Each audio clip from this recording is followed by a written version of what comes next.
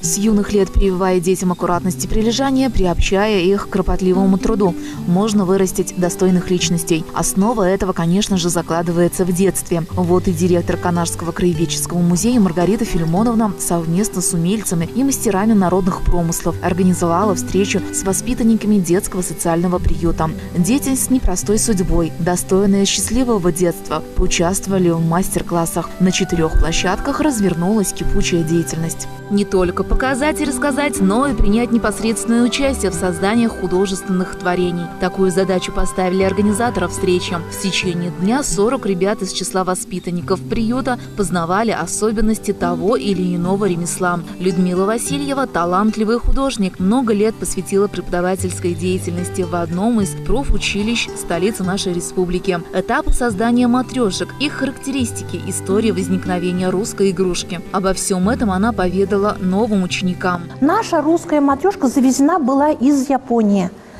Самая первая матрешка в Японии была в форме матрешки, разъемная игрушка, туда умещались еще другие матрешки. Она называлась, эта игрушка, напоминала мудрого старичка Фукуруму. От постоянных раздумий у старика как будто вытянулась голова. Получилась немножко чуть-чуть вытянутая голова была.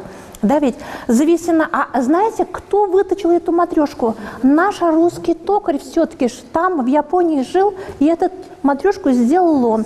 И завезена была это в нашу Россию. В 1900 году на Всемирной выставке в Париже получила свое призвание вот эта русская матрешка. И является по сегодняшний день настоящим русским сувениром. Да, ведь Загорскую знаем? Она, похоже, более простая такая, она нарядная в платочке, фарточке такая, да ведь? Простые цветочки разукрашенные. Потом Семеновскую матрешку, наверное, слышали, видели все, да ведь? Она черные пряди волос, черные зрачки, черные реснички и цветочек на переднике у нас идет, да ведь? И полх майданская, конечно, у меня нету, там цветочки обводятся черной краской, тушью, а потом заливаются цветочки. Авторские матрешки, знаете, они сейчас очень востребованы. На тему сказок расписываются, да ведь, национальные матрешки, которые появились даже у нас в Чувашии.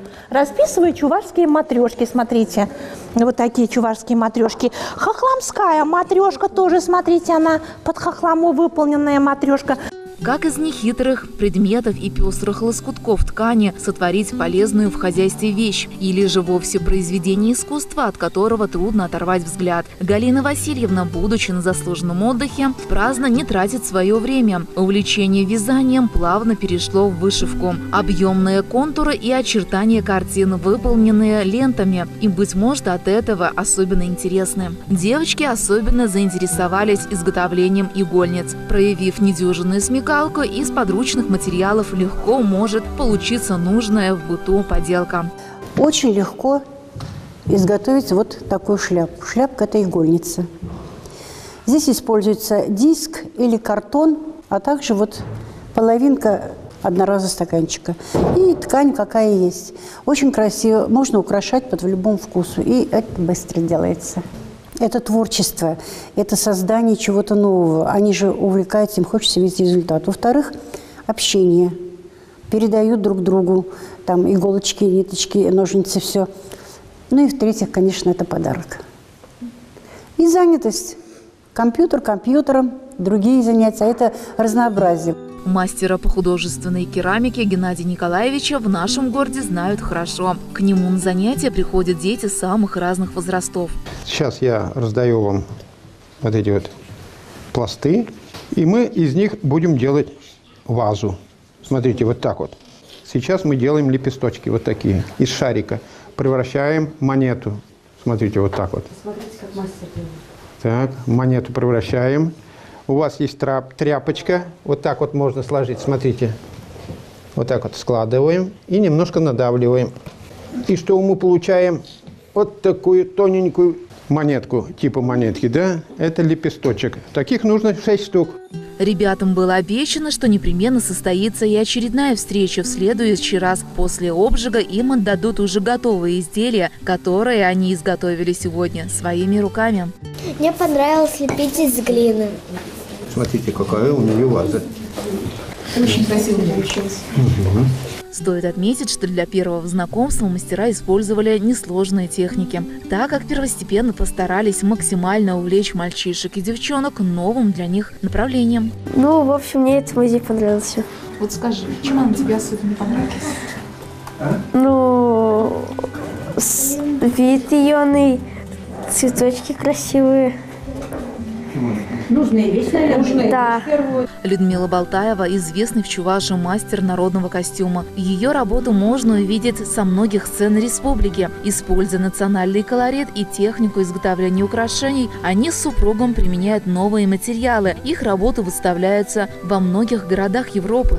Это как бы еще не законченная работа, эту хушпу верховых чувашей, верховых чувашских женщин хушпу.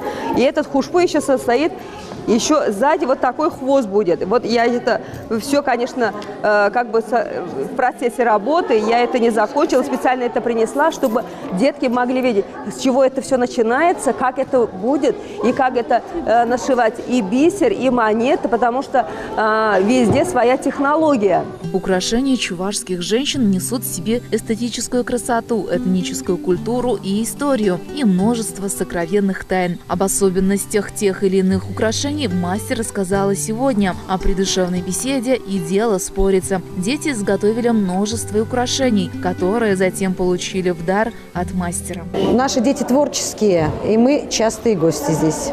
Сегодня сюда пришли 40 детей.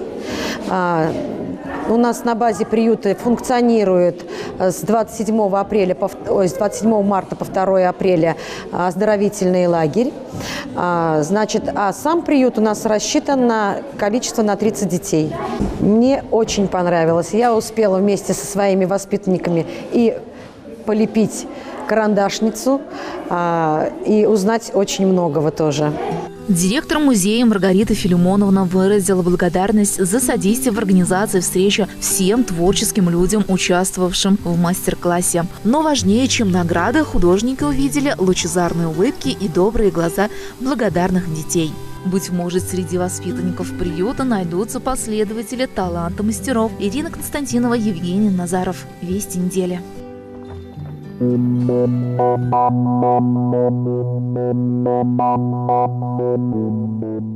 you.